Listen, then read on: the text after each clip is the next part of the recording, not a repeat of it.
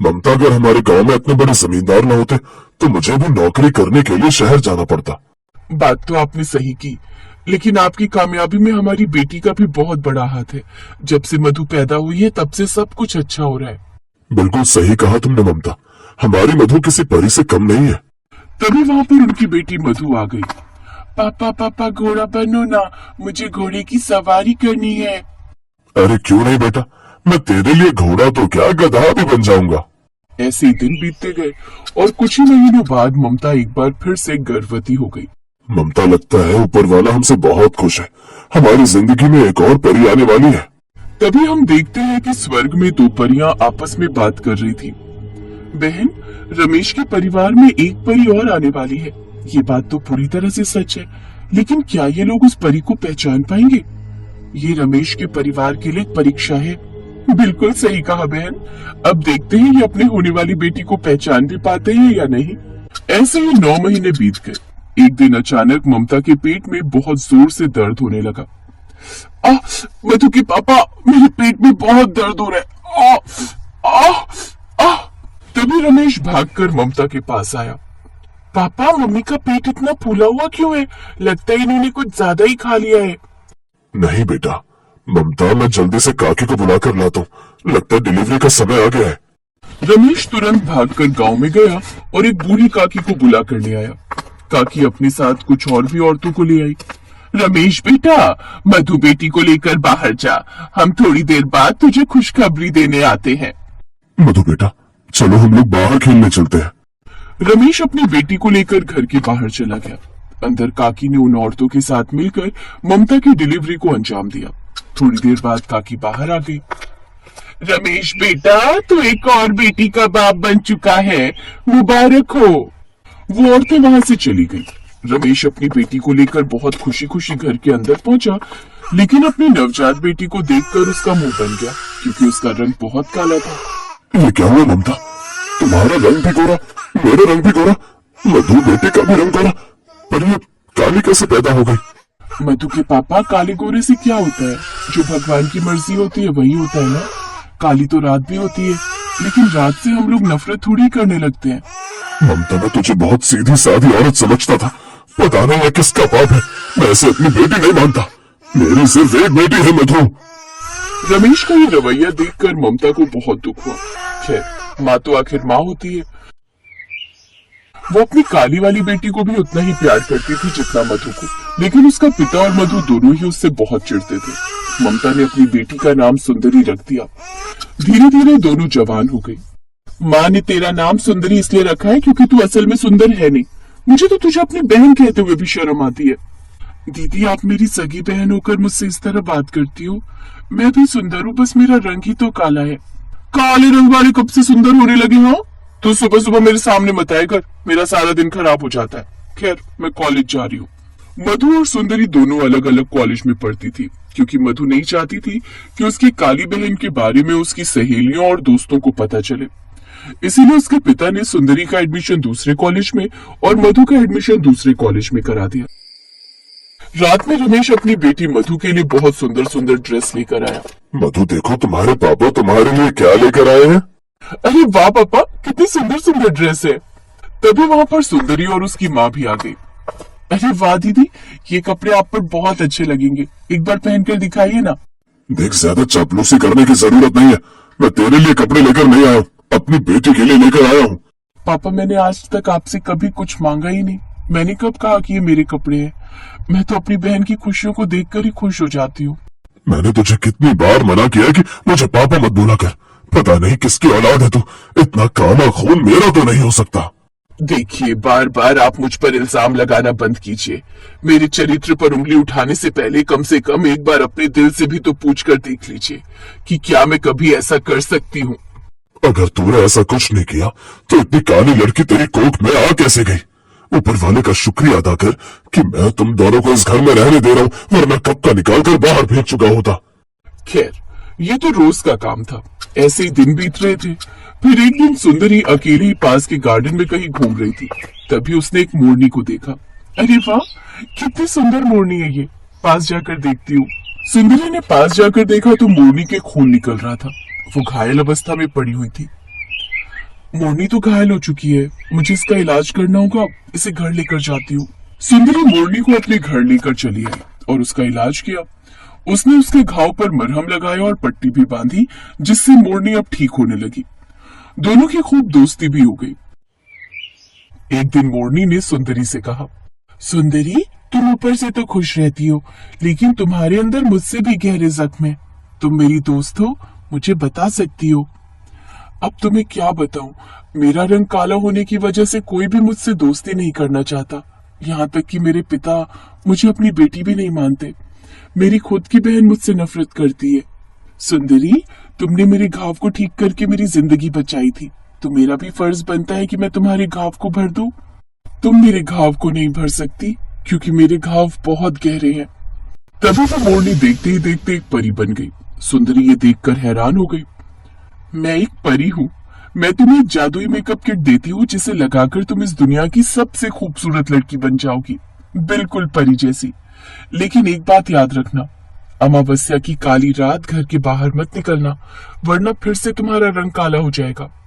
इतना कहकर वो परी गायब हो गई। लेकिन चुपके से उसकी बहन मधु ये सब सुन रही थी। वो तुरंत सुंदरी के कमरे में पहुंच गई। सुंदरी, तू मेरी बहन है ना, थोड़ा सा मेकअप मुझे भी दे दे प्लीज। सुंदरी का दिल बहुत बड़ा था, उसने थोड़ा सा मेकअप का सामान मधु को भी दे दिया। अगले दिन सुंदरी बिल्कुल परी जैसी बन गई। वो चांद की तरह चमकने लगी, जिसे देखकर उसकी माँ ममता और पिता रमेश हैरान रह गए। ममता, तेरी बेटी को क्या हो गया? कल तक तो ये काली थी, अचानक इतनी सुंदर कैसे हो गई? परमात्मा को लगा होगा कि उसके बनाए हुए काले रंग से हर कोई नफरत करता है, इसीलिए शायद उसने मेरी बेटी का रंग भी गोरा कर दिया। और उस जादुई मेकअप से मधु और भी सुंदर हो गई। अब उन दोनों के माँ बाप उन दोनों को खूब प्यार करते। फिर एक दिन अमावस्या वाली रात अचानक रमेश को मिर्गी का दौरा पड़ने लगा। उसकी सांसें भी फूलने लगी। मधु बेटा, मैंने तुझे कार चलाना सिखाया है ना, जल्दी से मुझे अस्पताल ले चल। ऐसा लग रहा है मुझे हार्ट अटैक आ जाएगा, मेरी हालत बहुत खराब हो रही है। मधु, जल्दी से गाड़ी निकाल, मैं इन्हें लेकर बाहर आती हूँ। आज अमावस्या है, अगर आज मैं घर से बाहर निकली तो मैं काली हो जाऊंगी। मैं बाहर नहीं जा सकती पिताजी। कोई बात नहीं, मेरी माँ ने मुझे भी कार चलाना सिखाया है, मैं पिताजी को अस्पताल लेकर चलूंगी। चलो माँ। सुंदरी ने कार स्टार्ट की और अपने पिता को लेकर अस्पताल पहुंच गई। डॉक्टर ने उसका इलाज किया। सुबह तक वो पूरी तरह ठीक हो गया, लेकिन जब सुबह उसकी नींद खुली तब उसने देखा कि सुंदरी एक बार फिर से काली हो चुकी थी। उसकी माँ भी वहां पर खड़ी थी। ये तुम्हें क्या हो गया? कल तक तो तुम बिल्कुल गोरी हो गई थी, फिर से काली कैसे हो गई? सुंदरी ने परी वाली सारी बात अपने पिता को बता दी। अब रमेश की आंखों में पश्चाताप के आंसू थे। इसका मतलब सिर्फ काली हो जाने के डर से मधु मुझे अस्पताल तक लेकर नहीं आई। तभी वहां पर परी प्रकट हो गई। वो परी मैं ही हूँ, रमेश और ममता। परमात्मा ने जानबूझकर आपकी दूसरी संतान काली पैदा की थी, क्योंकि वो जानना चाहते थे कि आप लोग ऊपर ऊपर से ही अच्छे हो या दिल से भी अच्छे हो। लेकिन रमेश, तुम दिल से अच्छे नहीं थे। तुम्हारे अंदर काले और गोरे के बीच का भेदभाव पता नहीं किसने डाल दिया था। तुमने अपनी ही पत्नी पर शक किया, खुद की बेटी को बेटी मानने से इनकार कर दिया। आज से सुंदरी बिल्कुल गोरी हो जाएगी, वहीं मधु और तुम अपना पूरा जीवन काले रंग के साथ बिताओगे। अब रमेश और मधु काले हो गए। तब उन्हें अपनी गलती का एहसास हुआ, लेकिन अब सभी लोग खुशी खुशी रहने लगे।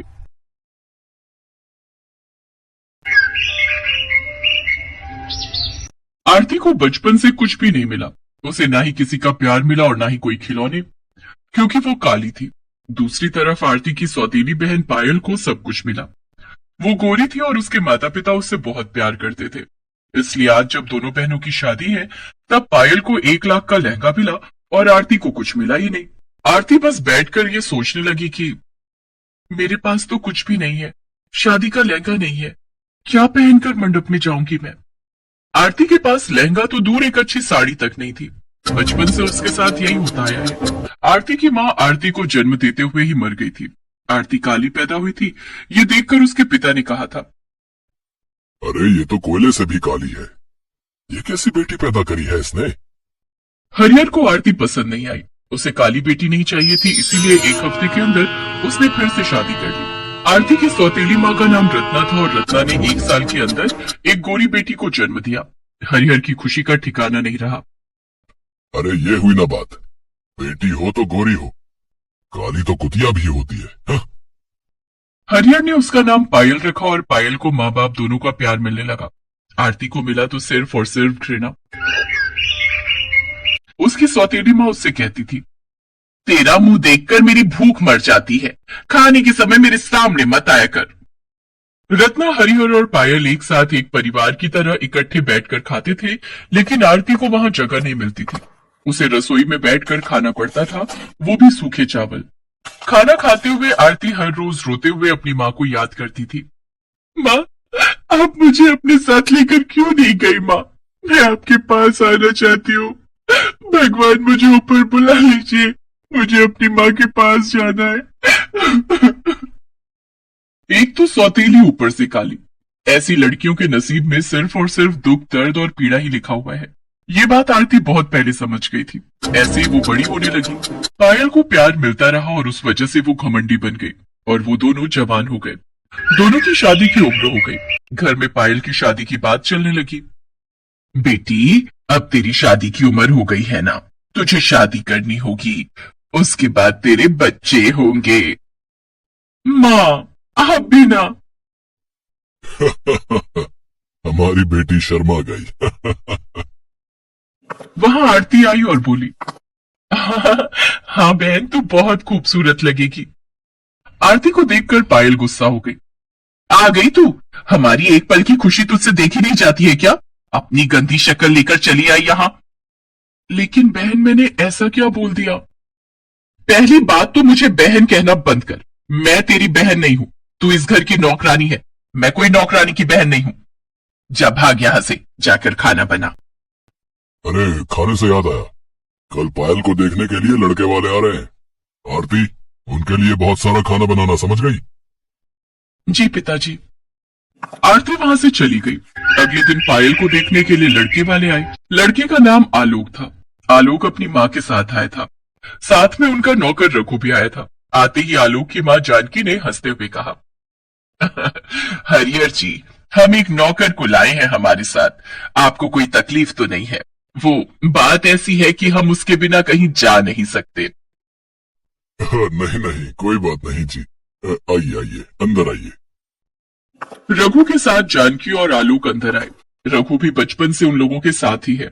जानकी और आलोक सोफे पर बैठ गए और रत्ना पायल को लेकर हाजिर हो गई। वाह, पायल तो दिखने में बहुत अच्छी है। अरे वाह बेटा, एक नजर में पसंद भी कर लिया। वो लोग बैठकर गप्पे शप्पे लड़ाने लगे और तभी आरती खाना लेकर आ गई। ये लीजिए, आप लोगों के लिए खाना लाई हूं, खा लीजिए नहीं तो ठंडा हो जाएगा। हरिहर जी, ये कौन है? ये हमारे घर की नौकरानी है। अच्छा, पायल बेटी, तुम्हें खाना बनाना आता है ना? पायल को खाना बनाना नहीं आता था, इसीलिए वो चुप रही। जानकी और आलोक ने आरती का बनाया हुआ खाना खाया और उन लोगों को बहुत अच्छा लगा। वाह वाह, खाना तो बड़ा स्वादिष्ट है। लेकिन हरिहर जी, ये तो आपकी नौकरानी ने बनाया है, लेकिन मुझे आपकी बेटी के हाथ का कुछ खाना है। वो असल में मेरी बेटी को खाना बनाना नहीं आता है। तो फिर ये शादी नहीं हो सकती। शादी के बाद हम खाएंगे क्या? तभी हरिहर के दिमाग में एक आइडिया आया। क्यों ना रघु के साथ आरती की शादी कर दी जाए। आरती भी आपके ही घर में चली जाएगी और हर रोज खाना बनाकर खिलाएगी। सभी शादी के लिए मान गए। आरती और रघु से किसी ने एक बार भी नहीं पूछा। हरिहर ने एक तीर से दो निशाने मार दिए। दहेज के बिना आरती की शादी नहीं होने वाली थी, लेकिन अब आरती को विदा करने के लिए हरिहर को एक्स्ट्रा पैसे खर्च करने की जरूरत नहीं पड़ेगी। शादी का दिन नजदीक आने लगा और पायल ने 1 लाख का लहंगा खरीद लिया। आरती ने कहा, पिताजी, मेरे लिए लहंगा नहीं खरीदा आप लोगों ने? तू लहंगा पहनकर क्या करेगी? नौकरानी को लहंगा पहनना है। सभी ने हंसते हुए आरती की बात को टाल दिया, लेकिन आरती को पता था कि शादी जिंदगी में सिर्फ एक ही बार होती है। मुझे भी लहंगा चाहिए। 1000 का लहंगा हो तो भी चलेगा। तेरे लिए 1 रुपया भी खर्च नहीं करूंगा मैं। पता नहीं कहां से आ गई तू। तुझे तो अफ्रीका के जंगलों में होना चाहिए था। और ऐसे ही शादी का दिन आ गया। पायल लहंगा पहनकर तैयार होने लगी, लेकिन आरती के पास पहनने के लिए कुछ भी नहीं था। वो अपनी माँ की फोटो के सामने खड़ी होकर रोने लगी। माँ, क्या ऐसे शादी होगी मेरी? न लहंगा न अच्छे कपड़े, यहाँ क्यों रख के गई मुझे माँ? उत्तर दो माँ, उत्तर दो। तभी अचानक से आरती को उसकी माँ की आवाज सुनाई दी, जैसे कि आकाशवाणी हो रही हो। बेटी, मैं तेरी माँ हूँ। तेरे बारे में तो मुझे सोचना ही पड़ेगा। बिस्तर के नीचे एक ट्रंक है, उसके अंदर मेरी शादी का लहंगा है, उसे निकाल कर पहन ले। माँ, माँ कहाँ हो आप? तेरे दिल में हूँ बेटी, अब जल्दी से लहंगा पहन ले। आरती ने बिस्तर के नीचे से ट्रंक निकाला और उसमें से लहंगा निकालकर पहन लिया, और पहनते ही एक चमत्कार हो गया। आरती काली से गोरी हो गई। वो इतनी सुंदर हो गई कि खुद को आईने में देखकर उसके खुद के होश उड़ गए। क्या मैं इतनी सुंदर हूँ? लेकिन कैसे? ये माँ का प्यार है बेटी। अब जा, शादी के मंडप में जा। शादी के मंडप में आलोक खड़ा हुआ था, पास में ही रघु भी खड़ा हुआ था। पायल मंडप में पहुंची और उसके बाद आरती वहां पहुंच गई। आरती को देखकर सबके होश उड़ गए। क्या? आरती गोरी कैसे हो गई? क्या ये नौकरानी इतनी सुंदर कैसे हो गई? ये तो पायल से भी सुंदर हो गई है। आरती ने रघु का हाथ पकड़ा और अचानक से रघु भी लंबा और गोरे मर्द में बदल गया। उसने कहा, मालिक, पता नहीं मुझे क्या हो गया, लेकिन मैं आपसे आपके घर में काम नहीं कर सकता। रघु और आरती वहां से भाग गए। उन दोनों ने कहीं और जाकर मंदिर में शादी कर ली। यहाँ जानकी और आलोक को जब पता चला कि आरती हरिहर की नौकरानी नहीं बेटी है, तब उन्होंने शादी से इनकार कर दिया। पायल अंदर से टूट गई। अपनी माँ के आशीर्वाद से आरती ने रघु के साथ बहुत दूर जाकर घर बसाया और वो दोनों लहंगा बनाकर बेचने लगे। इस तरह वो दोनों एक खुशहाल जिंदगी बिताने लगे और यहाँ पायल से किसी ने शादी नहीं की। वो 1 लाख का लहंगा लेकर पूरा जीवन कुंवारी ही रह गई। हेलो दोस्तों, कैसे हैं आप सब? हमारी कहानियां देखने के लिए हमारे चैनल को सब्सक्राइब कीजिए और हाँ, बेल आइकॉन पर क्लिक करना मत भूलिएगा।